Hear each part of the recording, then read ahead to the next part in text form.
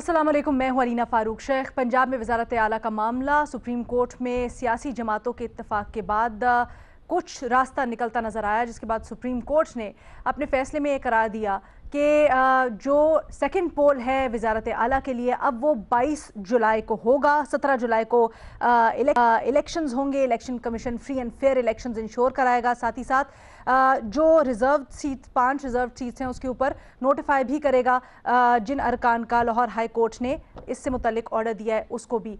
अब ये नज़र आया कल के इत्तेफाक हुआ और पीटीआई और काफ लीग अपने जो इनिशियल स्टांस थी कि हमजा शहबाज को फ़ौरन हटाया जाए वज़ारत आला से, उसके ऊपर बैकफुट पर आई और इस बात के ऊपर आमादा हो गई कि अगर 22 जुलाई को इलेक्शंस यानी ज़िमनी इलेक्शंस के बाद इलेक्शन वज़ारत आला पर करवा दिया जाता है तो उसमें उन्हें कोई कबाहत नहीं है। इसके ऊपर ज़रा आज बहस करेंगे कि क्या इसके सियासी असरात होंगे। देख रहे हैं हम ज़िमनी इंतखाबात के लिए दोनों तरफ से ज़ोरों शोर से कैंपेन जारी है। मरियम नवाज़ नून लीग की कैंप कर रही हैं और पाकिस्तान तहरीक इंसाफ भी बड़ी पुरजोश बड़ी पुरजोर। क्या नून लीग पंजाब में हुकूमत बरकरार रख पाएगी? $1 मिलियन सवाल इस वक्त ये है। हमें ज्वाइन करें आज डिस्कशन के लिए बेनज़ीर शाह साहिबा, हफीजुल्लाह नियाजी साहब, मज़हर अब्बास साहब, इरशाद भट्टी साहब और अतहर काज़मी साहब भी स्काइप के थ्रू हमारे साथ मौजूद हैं। बेनज़ीर, सबसे पहले आपका इसके ऊपर राय जानना चाहूँगी। क्या समझती हैं जो पाकिस्तान तहरीक इंसाफ को एक तरह से कहा जा रहा है लाइफ लाइन मिल गई है, ज़िमनी इंतखाबात फिर जो 5 रिजर्व सीट्स हैं उनके ऊपर भी नोटिफाई हो जाएंगे, तो 22 जुलाई को क्या असर पड़ेगा? देखिए अलीना, मुझे तो ये मामला अभी तक हल होता हुआ नज़र नहीं आ रहा। वैसे तो सुप्रीम कोर्ट की तरफ से आ गई है कि 22 जुलाई को जो है वो इलेक्शन करवाया जाए, लेकिन मेरे ख़्याल से परवेज़ इलाही साहब को अंदाज़ा है कि उनके पास नंबर पूरे नहीं हैं और वो पूरी कोशिश करेंगे आखिर तक कि ये इलेक्शन हो ही ना। और जिसकी वजह से हमने देखा है कि कभी वो लाहौर हाई कोर्ट में होते हैं तो कभी वो सुप्रीम कोर्ट में होते हैं और भी वो तरीके अभी ढूंढ रहे होंगे। और एक और चीज़ अलीना इसमें यह है कि देखिए अभी बाई इलेक्शन होने जा रहे हैं 17 जुलाई को।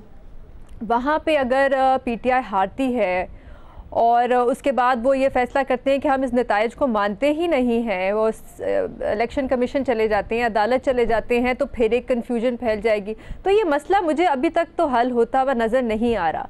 इसकी ये जो सियासी बहरान है ये अभी तक मेरा नहीं ख्याल है कि टला है। और इसका जो रूट कॉज है अलीना, वो अभी तक जैसे मैंने उस दिन भी कहा था वो सुप्रीम कोर्ट का फ़ैसला है जो आर्टिकल 63A में आया था।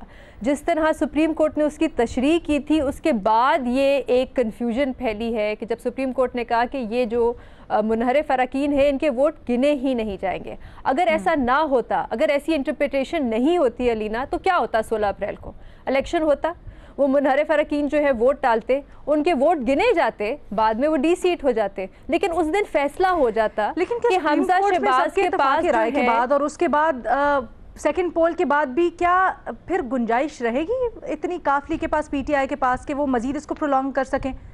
अलीना, वही मैं कह रही हूँ कि देखना पड़ेगा ये बाय इलेक्शन में क्या सिचुएशन बनती है।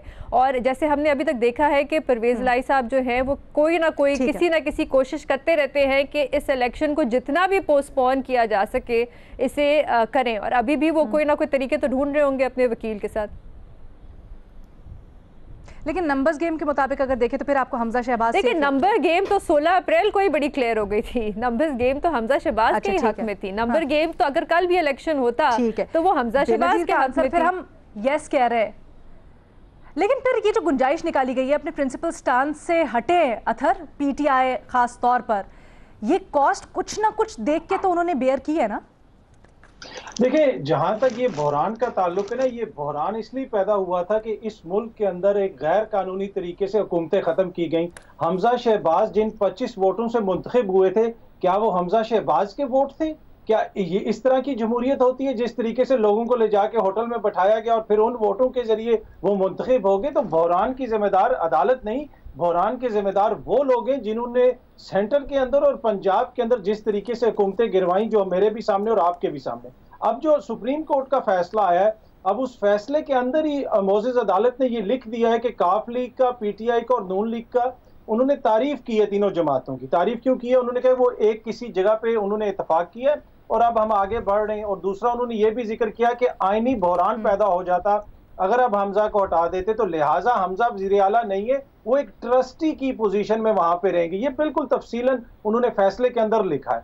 और उसके साथ साथ उन्होंने ये भी लिखा है कि जो ट्रांसफर पोस्टिंग्स वो नहीं कर सकते और तमाम क्वारंटीन के ऊपर अमल होगा, लेकिन पंजाब की आवाम के लिए जरूरी था कि कोई ना कोई मैकेनिज्म वहां पे रखा जाए। तो ये फैसले के अंदर लिखा हुआ है। अब जब 22 तारीख को दोबारा इंतखाब होगा, उसमें जिसकी भी मेजोरिटी होगी, मेरे ख्याल में ये ज्यादा एक बेहतर तरीकाकार होगा, क्योंकि जो बंदे हैं जी अच्छा हाँ अतर अल्फाज का हेरफेर, लेकिन फैक्ट ऑफ द मैटर यही है कि जो 17 को इंतखाबात होंगे, हमजा शहबाज साहब भी वजीर आला होंगे, नीचे जो इंतजामिया है उन्हीं के अंडर होगी।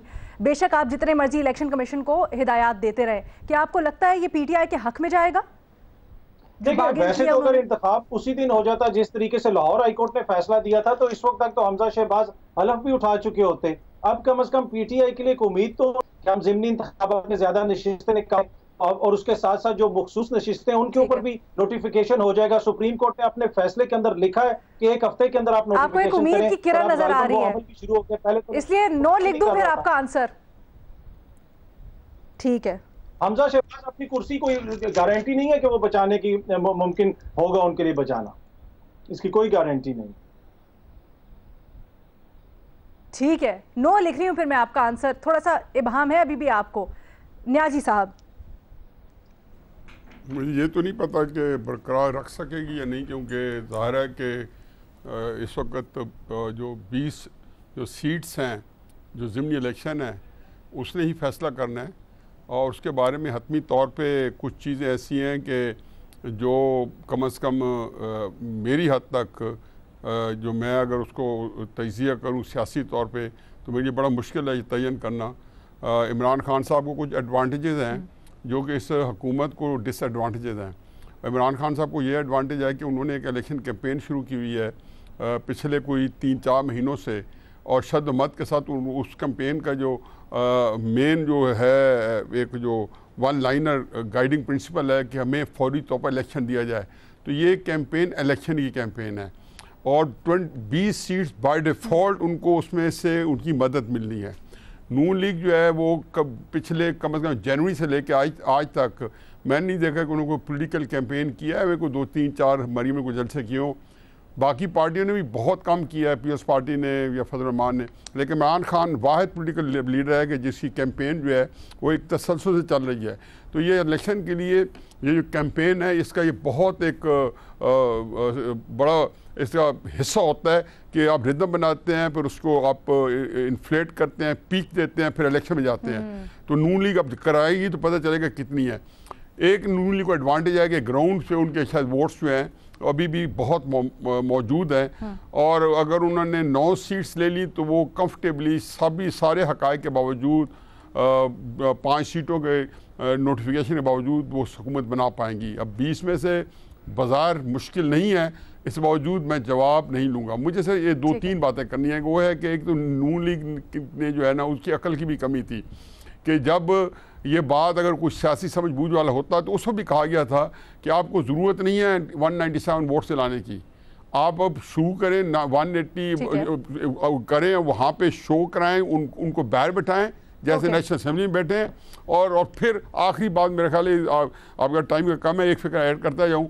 सुप्रीम कोर्ट ने जब जो फैसला किया है मुझे तकलीफ है कि 130 की मौजूदगी में, आर्टिकल 130 की मौजूदगी में ये सुप्रीम कोर्ट ने, क्योंकि हम फैसले पे तबसरा कर सकते हैं, पहली दफ़ा इस मुमलकत में पंजाब हुकूमत भी आइन के मुताबिक कायम हुई है और अदम तमाद भी आइन के मुताबिक हुई है, तब्दीली हुई है मरकज़ में भी। और हर दफ़ा सुप्रीम कोर्ट ने इसके अंदर एक ऐसा रखना डाला है कि जिसने हर बंदे को दुरुस्त फरमा रहे हैं और आपकी राय अपनी जगह बिल्कुल ठीक। लेकिन इसके ऊपर आज रज़ा रब्बानी साहब ने इज़हार ख्याल करते हुए ये भी कहा है कि ये जो करना पड़ा सुप्रीम कोर्ट को, शायद कहीं ना कहीं इसकी जिम्मेदार सियासी क़यादत भी है जो ये सारे मामलात अच्छी तरीके से पार्लियामेंट में सॉल्व नहीं कर पाती, सियासी फोरम्स में सॉल्व नहीं कर पाती और अदालत को मुदाखलत करनी पड़ती है। तो इसके ऊपर भी ज़रा तज्जिया तबसरा करते हैं और पंजाब की सूरत हाल एक छोटी सी ब्रेक के बाद।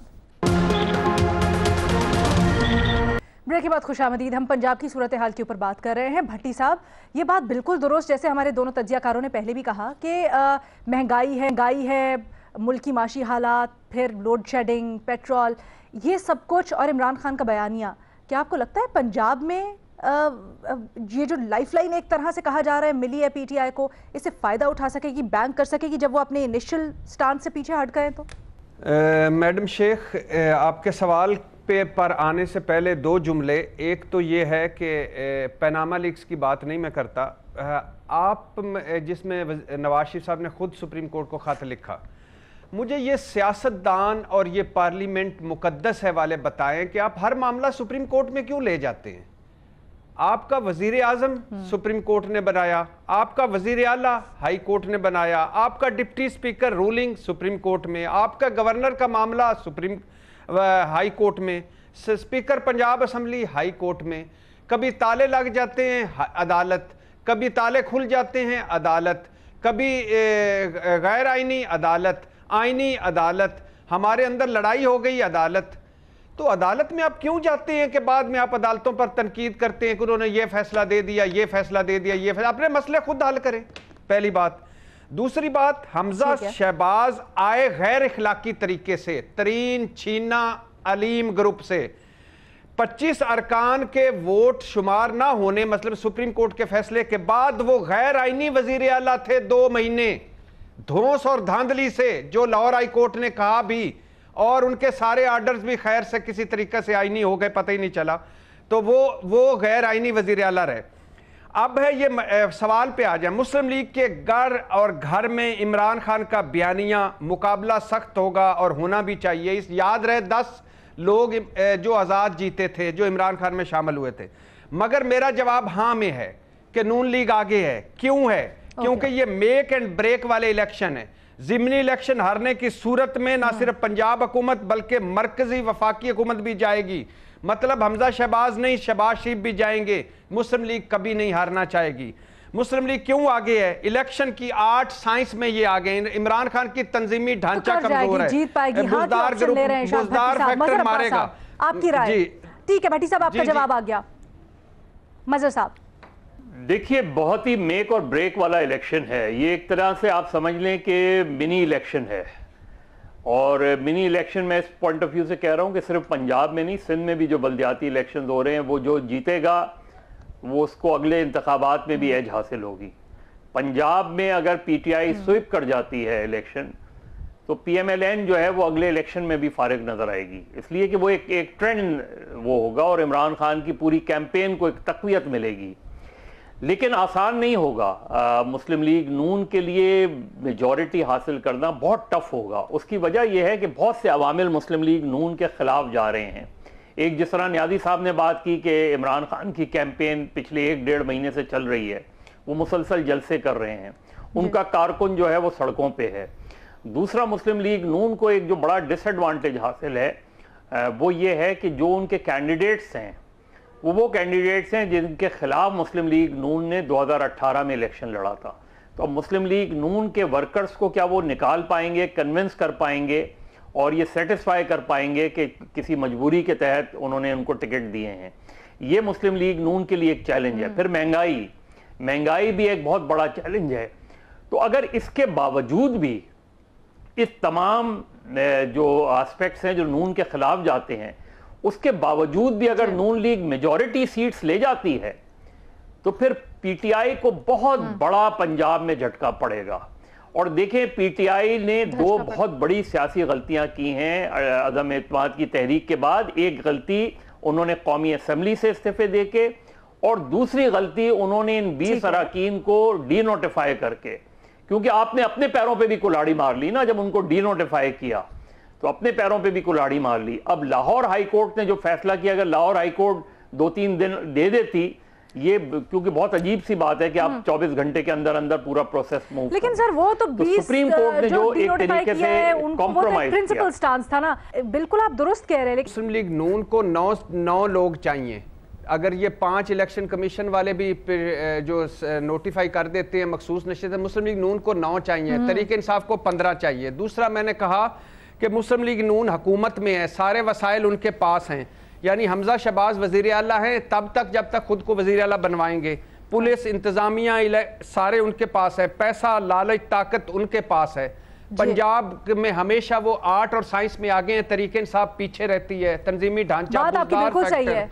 पीटीआई के लिए मुश्किल नहीं है 9 सीटें निकालना। नहीं, वो कह रहे हैं नून लीग के लिए मुश्किल नहीं है। बिल्कुल, देखिए अलीना, यहाँ पे बात हो रही थी अवामिल की जो मुस्लिम लीग नून के हक में नहीं है। बिल्कुल ठीक है, बड़ा मुश्किल होता है कहना कि इलेक्शन वाले दिन क्या होगा, लेकिन ये जो ज़्यादातर हल्के हैं अगर आप इनको स्टडी करें तो यहाँ पे ज़्यादातर पार्टी का वोट बेस बहुत कम है, सिवाय ये जो ज़्यादातर लाहौर के जो हल्के हैं, बाकी जो है वहाँ पे है आपका बिरादरी का वोट, वहाँ पे है ये ज़्यादातर जो है ये इलेक्टेबल्स हैं जिनको नून ने दिया है, टिकट दिया है, इनका अपना वोट बैंक है। तो ज़रा सिचुएशन जो है वो ज़रा डिफरेंट है, ये सिर्फ पीटीआई और मुस्लिम लीग नून की नहीं है, यहाँ पे लोकल जो है सियासत और जो हल्के की सियासत है वो ज़रा ज़्यादा इम्पोर्टेंट है, जहाँ पे आपकी बिरादरी होती है, आपकी फैमिली होती है। तो और जहाँ तक ये जो चीज़ है कि पीटीआई को 14 चाहिए या नून को 9 चाहिए, ये ज़रा मुश्किल इसलिए लीना कहना क्योंकि ये सेकंड राउंड ऑफ वोटिंग हो रही है, जिसका मतलब कि जितने एमपीएस उस दिन मौजूद होंगे, तो ये कैलकुलेशन करना बड़ा ज़रा मुश्किल करना चाहे। भट्टी साहब और बेनज़ीर का जवाब। ओके, परफेक्ट, बेनज़ीर जवाब आ गया। जी, मैं इसमें ये कहना चाह रहा हूँ कि ये जो इंतखाब है ये पंजाब में नून लीग के अलावा इनके जो इत्तेहादी हैं उनके लिए भी बड़ा इंपॉर्टेंट है। जिस तरह पहले भी यहाँ पे क्या कहा गया कि अगर पीटीआई जीतती है तो फिर सेंटर की हुकूमत भी जाएगी, और उसके साथ साथ अगर पीटीआई ये हारती है तो फिर पीटीआई का जो बयानिया है और अगले इंतखाबात में उसमें भी पीटीआई की फिर दोबारा कारकर्दगी इस तरह की नहीं हो सकती। तो मेरे ख्याल में बड़ा इंपॉर्टेंट है, और इसमें चांस दोनों जमातों का इसलिए कि हमजा इस वक्त वजीर आला हैं और उसके साथ साथ पहले नंबर वाला और दूसरे नंबर वाला कि वोट इस दफा सारे नून लीग की तरफ जाएंगे ऑन पेपर। तो उस दिन क्या होता है, अगर टर्न आउट ज्यादा हुआ, 60% से ज्यादा टर्न आउट हुआ किसी भी हल्के में, वहां पे पीटीआई के जीतने का चांस ज्यादा होगा। मुझे एक बात आपके ख्याल में मुझे मेरा ख्याल था कि मदर साहब कवर करेंगे, मैंने इसे छोड़ दिया है, पर वो कैसे भूल गए। कल रात अयाज मीर साहब पे जो हमला हुआ है, मैं उसकी पुरजोर मज़म्मत करता हूँ, और ये सिलसिला कहीं बंद होना चाहिए। मैं इसे उस वक्त दिमाग में था, मेरा ख्याल था कि मदर साहब इसको जरूर टेकअप करेंगे, पता नहीं आज कैसे भूल गए। अमूमन वो देखिए आदि साहब ने बात की, मैं भी अयाज मीर साहब का वाकया बहुत संजीदा वाकया है, इसको इंतहाई संजीदगी से लेना चाहिए, और मेरा ख्याल है सहाफ़ी बरादरी को मुकम्मल यकजहती के तौर पे न सिर्फ इस वाक़े की मजम्मत करनी चाहिए, इस हमले की मजम्मत करनी चाहिए, बल्कि जो भी सहाफ़ियों पर मुकदमात और जिस तरीके से हरासा किया जा रहा है इसकी पुरजोर मजम्मत करनी चाहिए। ठीक है जी, आज अनफॉर्चुनेटली इतना ही प्रोग्राम में टाइम था हमारे पास। इजाज़त दीजिए, अल्लाह हाफ़िज़।